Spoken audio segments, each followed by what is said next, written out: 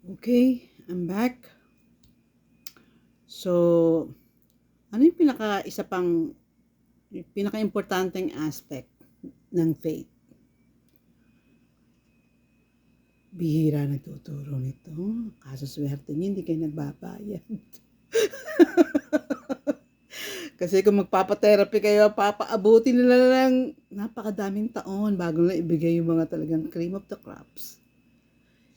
Isa is identity.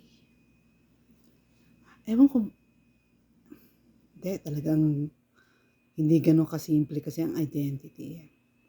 Like, sige nga, bigyan mo nga ako ng number of peoples na alam na meron silang spiritual component.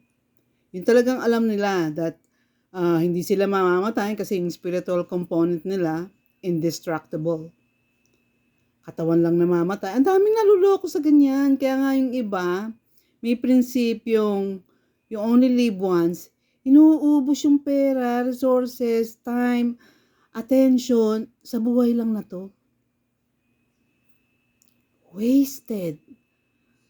Kita mo naman, pag nagbasa ka ng gospel, ano sabi ni Kristo? Huwag ka dito mag-ipon. Diba, yung iba nag-iipon lang ng memories. Memories. Good acts. Acts of faith. Acts of love for God. Naman. Lugi. Mga lugi sila. Yun nga sinasabi ni God the Father sa Old Testament. I am losing my people through ignorance. Dahil hindi nila alam kung sino sila. Wala nga identity. Alam nyo bang diyan kumikita ang psychology? Papagurin ka many times. Pupunta ka sa clinic nila. Para lang makuha mo ng katiting lang ibibigay sa'yo. Dahil hindi naman nila alam yung higher stage eh. Kaya nga sabi ko sa'yo, sumuko ako sa psychology. Yan ang kinuha kong kurso when I entered PWU. After so much research, sabi ko, wala, kulang ng psychology without theology. Kasi merong higher level eh. Tignan mo, kahit sa relasyon, hindi po pwedeng sa sex lang kayo nakadepende. Tapos wala kayong match na values and lifestyle, hindi kayo tatagal. Bibilangan kayo hanggang 2 taon. After on the 3rd year, nagpapatayan na kayo. Nandidiri na kayo sa isa't isa kasi magkaiba kayo ng values eh, magkaiba kayo ng lifestyle. Kunyari, yung isa, talagang all his life, kahit nga ako eh, hindi ako nagkakamay sa harap ng asawa ko. Kasi all his life, nakatinidor at kutsilyo yan. Ang kutsara ginagamit lang sa sopas or sa dish na masabaw. So, pag nagkamay ka sa harapan niyan, isipin niya, barbaric ka. My gosh, walang refinements. Kaya ka nga nag-aalas ng marami dito dahil hindi ka nagkakamay. Tandaan mo, ang Filipino foods maraming suka. Bawal yun sa mga gold. Going back, identity. Ano identity mo? Dapat alam na alam mo. Nung matanggap mo yung Holy Spirit, you became a child of God. Activated yung spirit mo. Yung capital S na Holy Spirit. Nagmingle dun sa spirit mo na hindi ginawa. it was with God. You know? Part ni God. Kaya nga nung nirelease ka sa earth, nilagyan kanya ng body and soul. And the soul carries the talent, the gifts, yung mga charisma mo, mga unique ways mo, nando sa soul yun.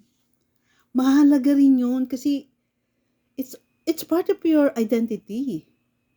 Diba? Bakit ka ba tuwan-tuwa sa aso mo? Meron certain ways yung aso na yon na hindi ginagawa ng ibang aso. Yung luma ko ng aso, binili ko yun.